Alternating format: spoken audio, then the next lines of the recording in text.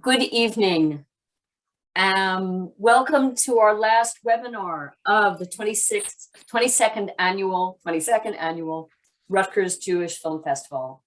I'm Professor Nancy Sinkoff, the Academic Director of the Alan and Joan Bildner Center for the Study of Jewish Life, Professor of Jewish Studies and History at Rutgers, New Brunswick. And I'm delighted tonight to be talking to Petra Volpe, who is the creator of the six-part series, Labyrinth of Peace.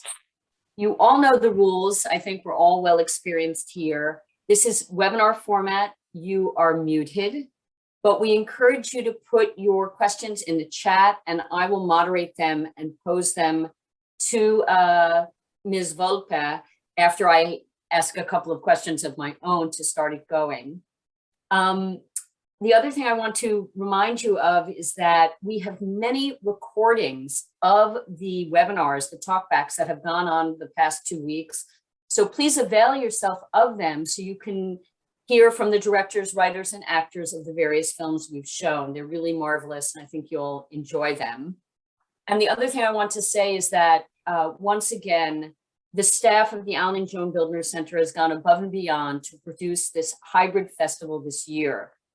I want to commend, of course, Karen Small, who is the director of the film festival and the managing director of the Alan and Joan Bildner Center for the Study of Jewish Life. Sarah Portilla, who's a program coordinator, who has, again, been indefatigable in keeping us going these past 2 weeks. Jenny Gurman, the senior department and center administrator, various part-time temporary helpers, Gabriel Duke, Sanjita Chowdhury, Josh Schwartz. Without them, we couldn't do anything. And Darcy Marr, who does all of our publicity and working with the press and the media to get the information about the films out to the public. So I thank them all. To say it wouldn't happen without them, and they worked tirelessly to pull it off. So now I get the great pleasure of introducing Petra Volpe to you. Petra is a major force, and I think I can say that because I've looked at some of her other work. She's a major force in the Swiss film and television scene. She has earned critical acclaim for this project, Labyrinth of Peace, about which we will discuss. But prior to this, she's been a screenwriter and director, best known for her feature film, The Divine Order, which was selected as the Swiss entry for Best Foreign Language Film at the Academy Awards in 2018, and treats the issue incredibly of granting women's suffrage in Switzerland. And is it right? It's 1971? Yes, it is so astounding a fact that it was not until 1971 that women in Switzerland got the right to vote. I mean, it's flabbergasting. So that's called The Divine Order, and it reflects the conservatism of Swiss culture, which we'll hear more about, I think. That film had its international premiere at the Tribeca Film Festival in 2017, winning the Nora Ephron Prize, the prize for Best Actress in an International Film, and the Audience Award for Best Narrative Film. The Divine Order was also a box office hit in Switzerland, winning 3 Swiss Film Awards. Petra Volpe has also written and directed several award-winning television movies, and her debut film, Traumland, or Dreamland, was released in Swiss cinemas in the spring of 2014 after a successful festival tour and was nominated for 4 Swiss Film Awards. And this film treats 4 characters associated with the red light district and prostitution as a profession. So already you've seen that Petra Volpe has a capacious mind from suffrage to prostitution and now to questions of the image of Swiss neutrality during World War II, and raising all kinds of very complicated questions about the Swiss image of themselves, what they did and did not do vis-a-vis the Nazi assault on the Jews, economic life during the war and after the war, and of course the larger issue of denazification. Did it happen, and how, if it did or did not? And of course that issue of denazification is something that plagues, I think it's fair to say, the entire world, because German scientists were sought after by many countries, many countries, including, of course, the United States. So I'm looking forward to a conversation with Petra Volpe about this incredible series, and also, of course, looking forward to your questions to her. So the first question is always, why this film? Why this series now? How did you get involved? You wrote it. What prompted you? Tell us more about the origins of the project. Yeah, so thank you so much for showing the series and your festival. I think that's really great. The run for our show just started now in the US, and I think it's been in other Jewish festivals, and I think it's really great also to have these Q&As and to be able to talk to the people. So I came across, like, I wasn't really looking for this subject, like I didn't think, oh, I need to do something about Switzerland after the Second World War. But I was, like many writers, I'm always reading a lot, surfing around, procrastinating sometimes and finding things that way. And I came across a term that really irked me, or just kind of stayed with me, and it's rat lines. Those are like the escape routes of the Nazis. Rat line, like the escape routes of the Nazis after the Second World War to South America. And when I started to read a little bit about it, I found out that one of these lines, these rat lines, actually led through Switzerland. And that really fascinated me because it's something I haven't heard about. Like the whole, like Switzerland's history during the war, but especially also after the war is very hush-hush, and I hardly learned anything in school about it. So I followed that thread, and that led me to this event that Switzerland tried to, help after the war and be a good ally to the Allies, and was willing to host refugees. And there was this Buchenwald refugees who were kind of welcome to Switzerland. And that both these things took place at the same time in the same space, like Nazis fleeing persecution and ending up in Switzerland and getting protected.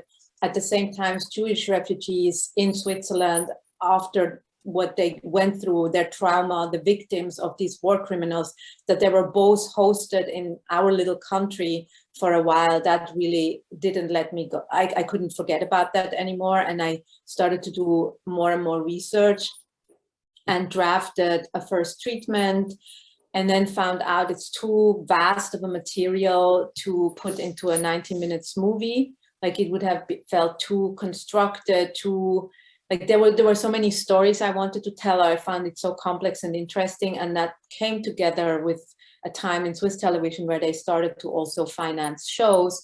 And my producer and me thought this would be, the perfect format for a story like that looks at the time in our country that's very, goes into many directions. Would be good to do that in the form of a television show. And then, we proposed it to Swiss television, and surprisingly, they were immediately on board. I didn't think they would because, it's very critical of Switzerland. It's not exactly light entertainment.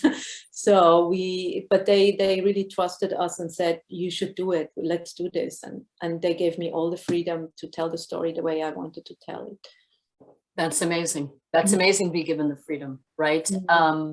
So I do have just a question. I mean, I thought towards the end, and again, spoiler people, sorry, but there's an exchange of a document. I'll just put it that way, because I think people are writing in, how do I see it? And I missed some episodes. So I don't want to ruin it for people, but there is a document, quote, a fictive document, which we have many, many documents like this, but I was wondering, did you actually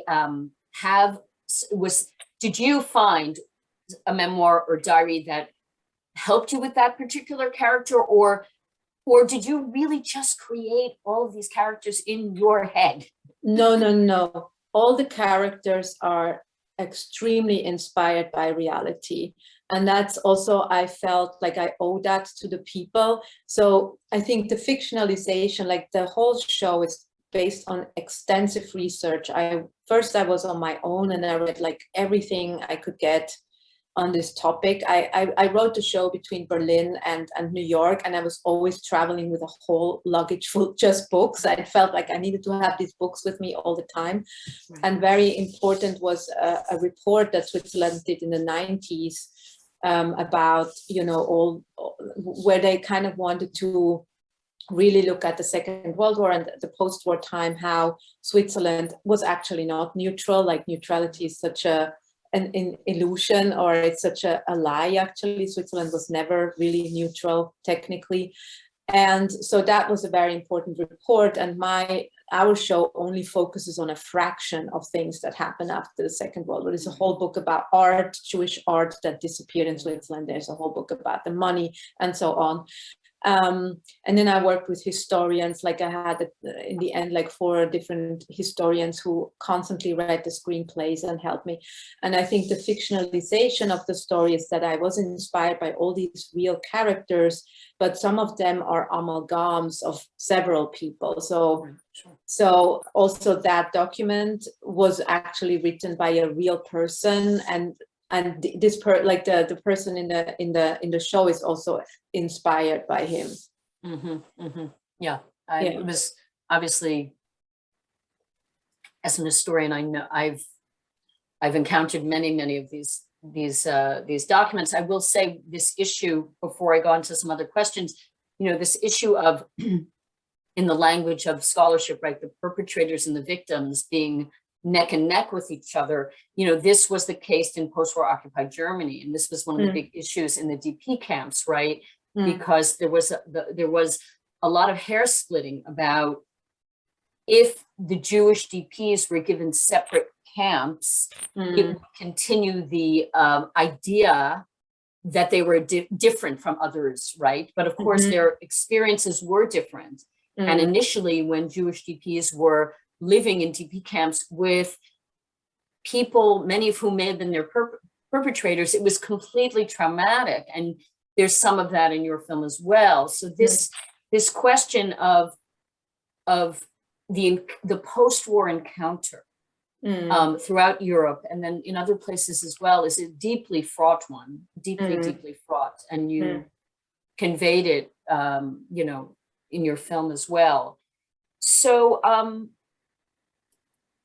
Labyrinth of Peace exposes layers of contested history in wartime and post-war Switzerland, a country that most people believe is the land of chocolate and gorgeous mountains and secret bank accounts, if they're paying any attention, but little else, if you will. You know, sort of people have their money in Switzerland, but whatever, right? And certainly not, the image of Switzerland is not that it's tainted by charges of collaboration with the Third Reich. So how do you explain, because it's fascinating really, that this image, this pristine image of, you know, of Alps and chocolates and yodelers, that it's never been debunked? And I asked this at a time, certainly in the United States, when the idea of debunking mythology is so much at the forefront. And it's not the first time, but it's so present. The answer is the Swiss are really good at it. The Swiss are really good at their PR. And I can tell you, in the 50s, they knew exactly how dirty their business was. They knew exactly, you know, their failure during the war and after the war, especially towards the Jewish people. Like, they knew what was happening in the KZs. They knew it very, very early on. The government knew it, the people knew it, and yet they would send them back at the borders. They heavily relied, like, Switzerland was Germany's most important economic partner during the war.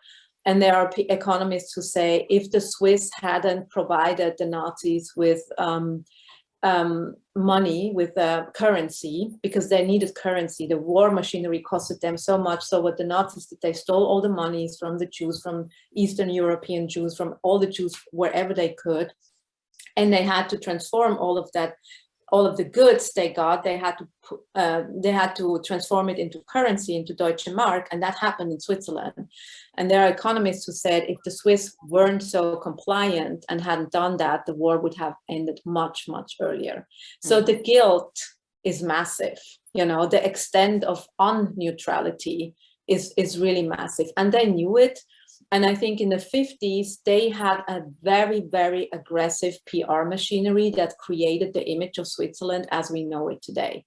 It was a very conscious governmental PR propaganda that created Switzerland's image of Heidi and chocolate and cows on the mountaintop and all of that. And everything that was dark was really swept under the carpet.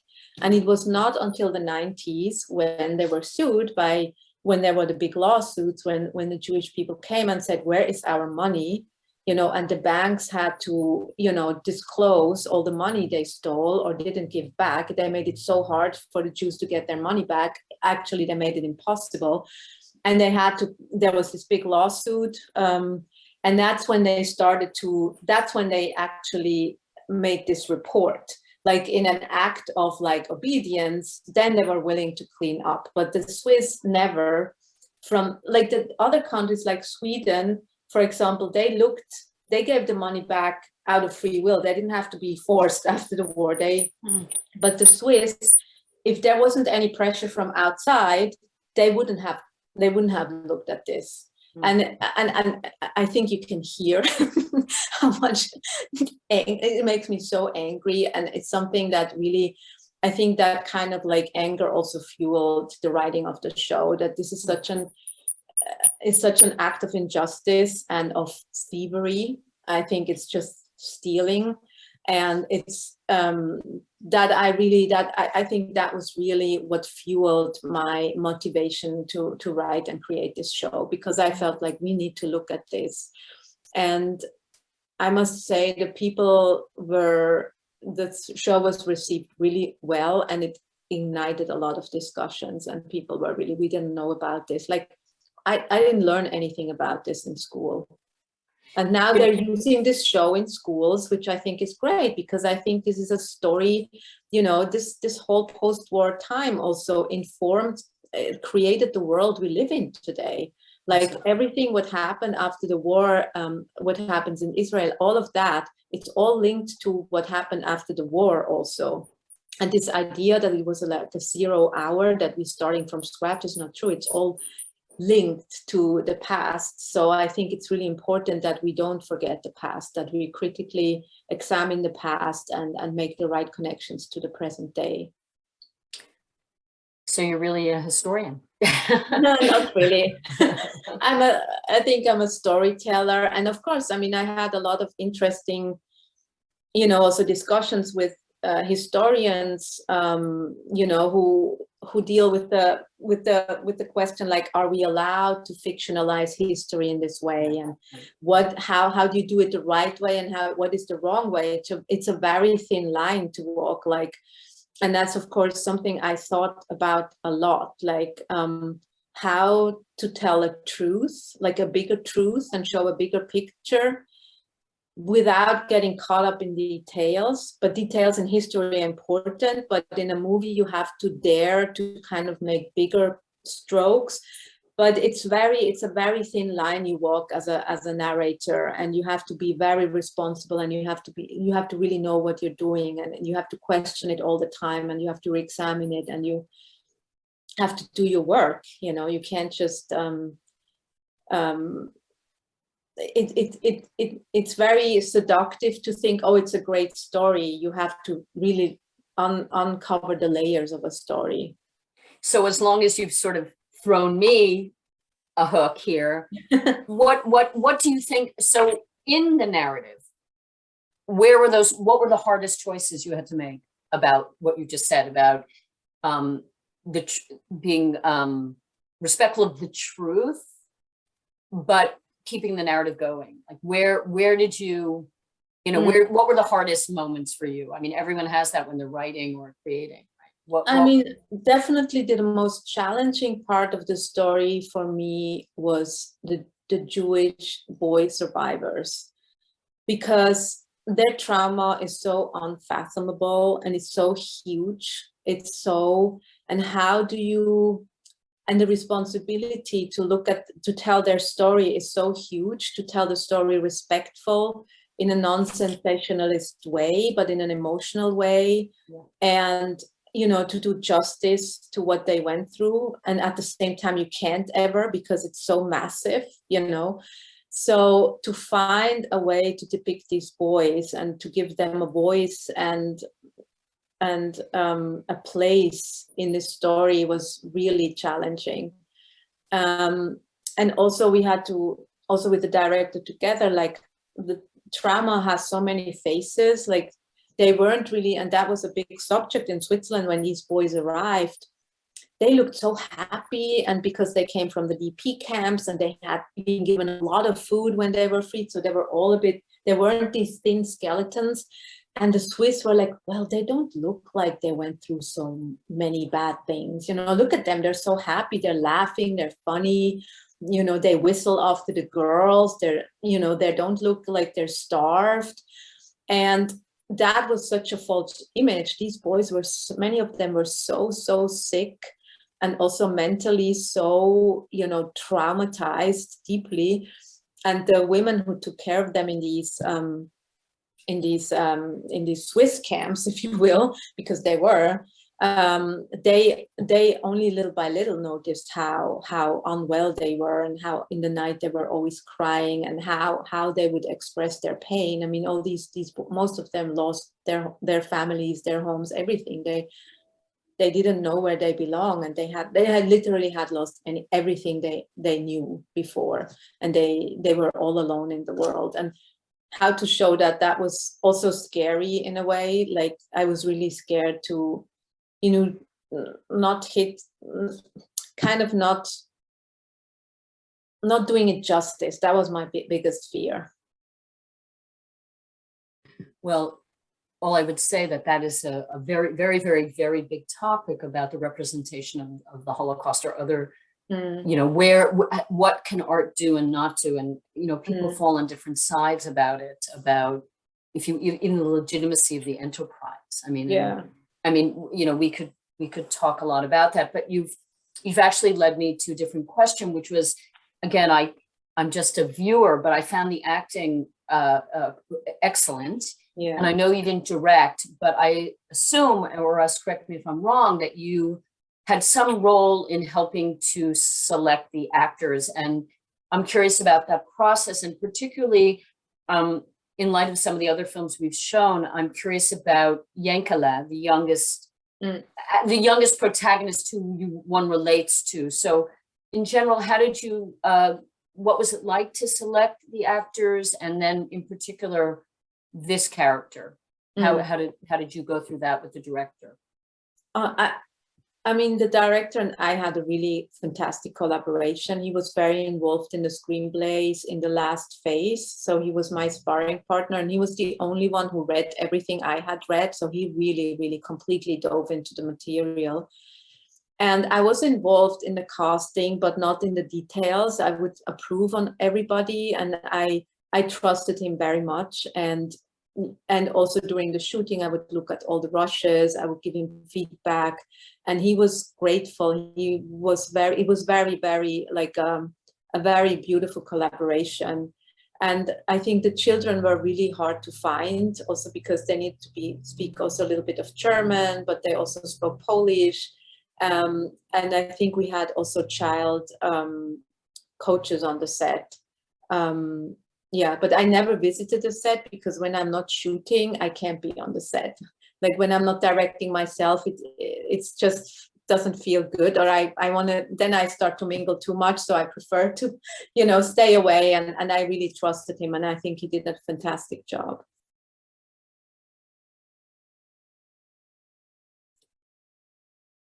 Oh, I can't hear you. Yeah. No, okay. I had to. I clicked the wrong button. There has to be a Zoom glitch always. So even though you said that your characters were amalgams, can you tell us a little bit more about that? How did you make these composites? What's that process like for you?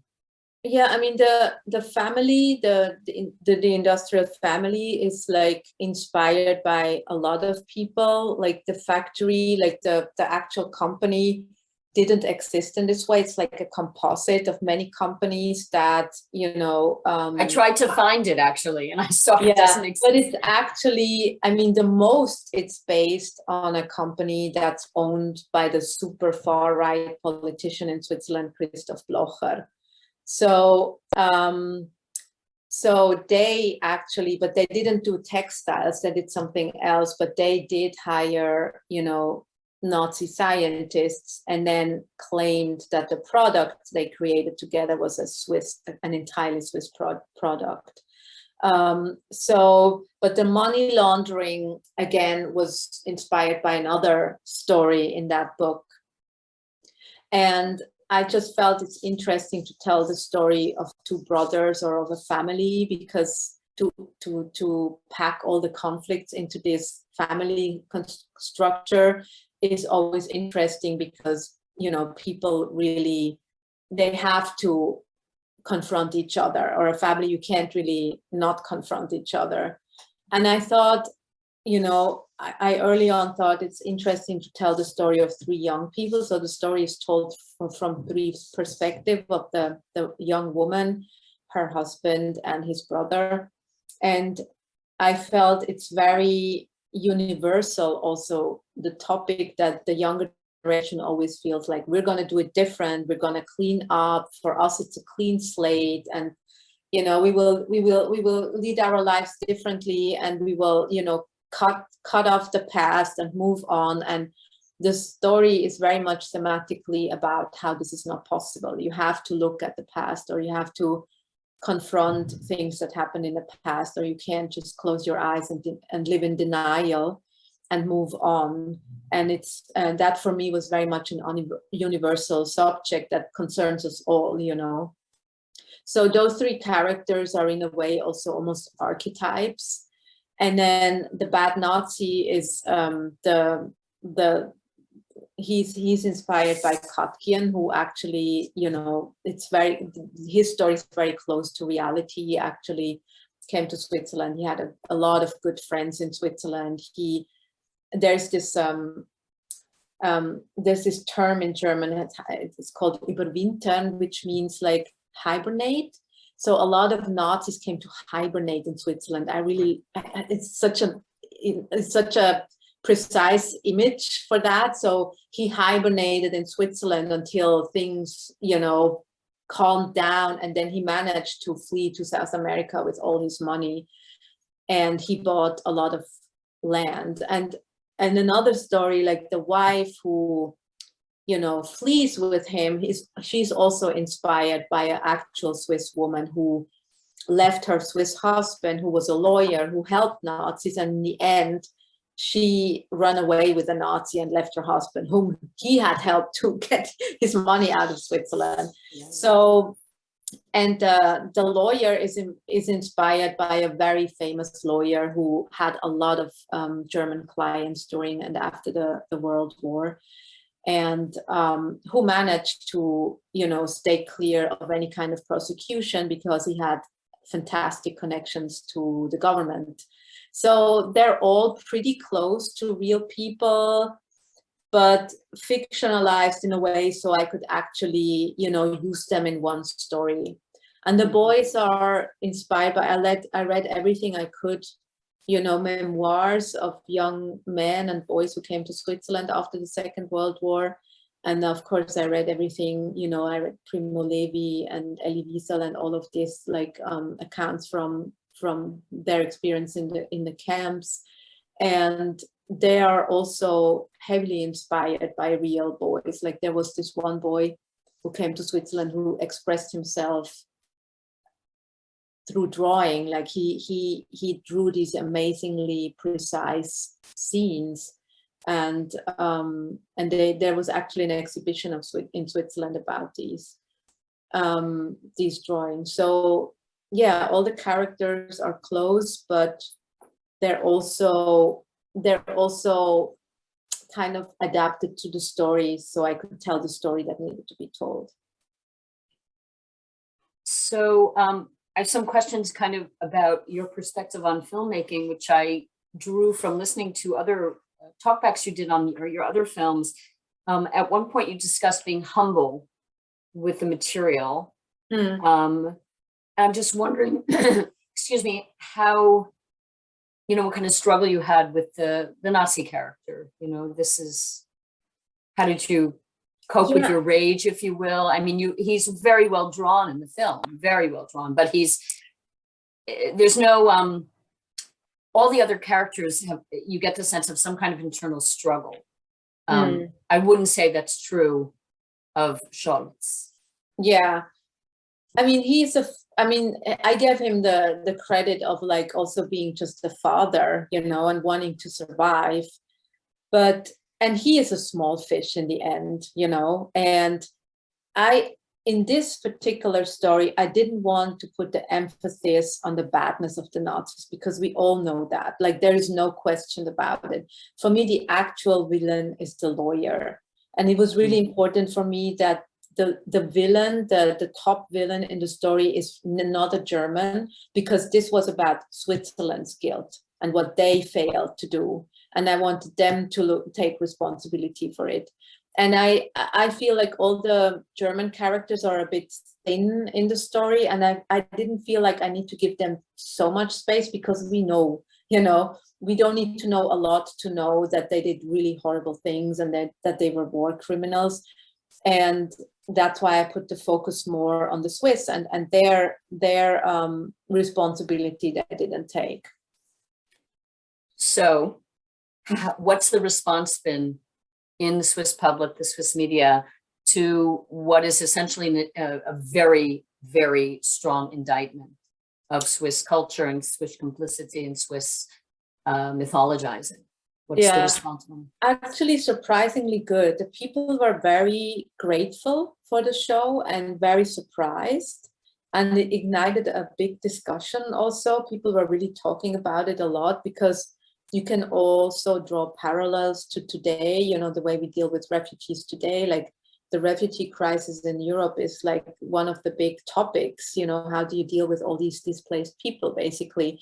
And the people are displaced because there are wars, and the wars are nourished by our gun export to these countries, and then the people come to Germany and Switzerland, and we don't want them. So in a way, there's a lot of parallels, and it sensitized the people for that. There were a few critical voices, but there always are. But they were actually minor. There was more like an openness and an interest, and it did. I think what people appreciated is that you see the moral conflict that people are in. They're not just it's not just pointing the finger at them and saying you were also bad, but really taking also their moral dilemma seriously, because it wasn't easy, it wasn't there's not an easy answer. How do you behave in a certain situation? And it's always easier in the past to say you should have done this and that, but when you're in the actual situation, we know that now, it's to be a good person is not such an easy thing, And so I think people appreciated that, and it kind of like put in motion a reflection, a discussion, an empathy, and I think I was very happy for this response. So I have two more questions, and I'll turn to our audience. In one of the talkbacks, you talked about how the quote, "the private is political." Yes. And you want to talk about how did that guide your writing this? Did it not? How would you characterize that phrase for you as the writer of this series, "the private is political"? Yeah, I think it's like probably my eternal theme, or I feel very strongly about it. It's also, I think in a way all my movies are political movies, but they're also, deal with normal people and their private lives. And I don't think the two things can be really separated. And it's in divine order. It's very clear that, the situation of the women in Switzerland and the political situation, their private situation and the political situation was very linked. And also in my movie about human trafficking, it's about people's loneliness, but it's also a political issue. And of course in Sweden also. So I think for me, we can't just say, oh, this is just, I think whatever happens in our private life always has a political dimension, and the other way around. Politics very much influence and inform our private lives. And I think it's very dangerous to think that it's not this way. Especially also in terms of moral, in terms of human choices, you know, all we can do is act as a human being, as an individual, and the choices and we make. Always every act you do is also a political act. The way you behave towards your family, the way you behave towards a homeless person on the street, like it's always political. Right. For sure, for sure. So I want to ask you what you're working on now, if you can divulge or give us a little secret tip, if you're writing something now that we can look forward to. Yeah, I'm actually working on my first American movie because I live here now, and it's a project I've worked on for many years, and then hopefully can shoot it next year. And it deals with dementia in American prisons. So it's a fictional, it's also based on a lot of research I did in a prison in San Luis Obispo, in an American men's prison. And it's a very intimate story between a caretaker and who is also a prisoner, and a prisoner who has dementia. So that's, I hopefully can shoot this movie next year.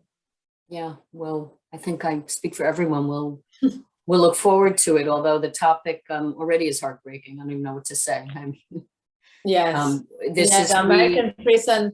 It's the first American subject I was drawn to, so I kind of stay my theme of like looking at, you know, there's always an element of like social themes that I'm drawn to, and themes of justice or injustice. So yeah.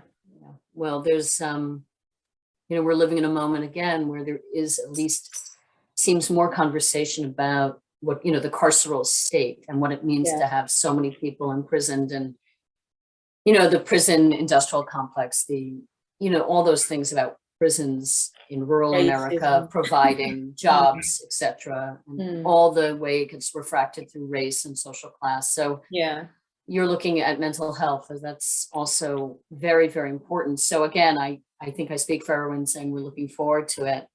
I mean, you're looking forward to what you produce.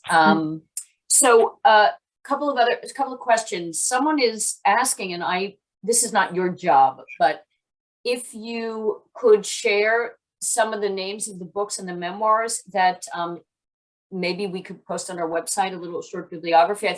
I think people don't know a lot about Switzerland in general. And I can tell you there's a novel that I recently read called The Historians about Sweden, right? Also during the war. You know, it's fiction, but it, you know, we know that Norway was occupied. Sweden saw itself as, you know, neutral of sorts, but there was a huge mining industry, and the Third Reich needed those minerals, and the Germans are in Sweden. So I think that people are interested in these countries that there has been less of a lens on. So you don't have to say this now, but unless there's one or two books that you thought were really on point that you could share with our listeners, that would be great. If not, we can follow up on it later. I guess like the report that was most important to construct the story, the criminal story, like the factory story, that's probably not available in English because it's this report. Right. And then the memoir of the woman who was very important to write the story about the Jewish refugees, her name was Charlotte Weber, and she was one of the caretakers, and she was very outraged by the way these boys were treated, and she wrote it in her memoir, and I'm not sure it was translated into English. It's possibly only available in German. Right. But I would have to think about which one of them are in English. Right, that's the problem, is that I can tell you, this period of history, 45 to 50, in the recent years, maybe the last decade, there's been a lot more work on it. But for a while, there was this kind of false assumption that, you know, the war was over, the Allies won, you know, the remnants of the Jews got the state of Israel, and it was so much more complicated. There was so much contestation among everyone. The global powers, the Cold War was beginning to freeze up, the different occupied zones, etc. But there's a lot more interesting work now in English, but heretofore there hadn't been. So it's a very, very important period of history that I think your film helps to shed light on. Yeah. Why Labyrinth of Peace? I have to say, I was a little intrigued. I assume you chose the title, or did your director chose the title, or was it imposed on you a little bit? It's a little bit vague in a way. So the English title is not on my, in German, the show is called just Frieden, Peace, which is of course, ironic a little bit, or it has a double meaning. And the World Sales Company didn't like it, or felt it had, it didn't, and they chose Labyrinth of Peace. I wasn't super happy with I feel it's a bit, as you said, it's a bit vague and a bit, but unfortunately that's the title now in English. That happens. That happens at certain point. You don't want to fight. You don't want to fight with everything. You just can't. I mean, the fact that you got, and at some point you also don't have a say. The world, like the people who buy the show, they're just, the money is the boss in the end. What's new? Will it be available? Do you think it's going to be available generally on streaming platforms in the United States going forward? Do you have a sense of that? I don't know. Honestly, we have an American distributor, but I don't know what's going on. I would hope so. I think there would be an audience for it, but I haven't heard anything. So I don't know. I think there's definitely, absolutely, it's not only just pandemic viewing, these short series that have been, we can name any number of them that many of us have watched in the last year and a half. I think it's a very attractive way to learn a lot, enjoy. It's finite, but you get a lot out of it. So I hope you do get a distributor. Has it been shown in Israel? Do you have any idea? It's been shown in Israel? Honestly, I think Israel bought it, but I don't know if it has aired there. But I think it's on the list.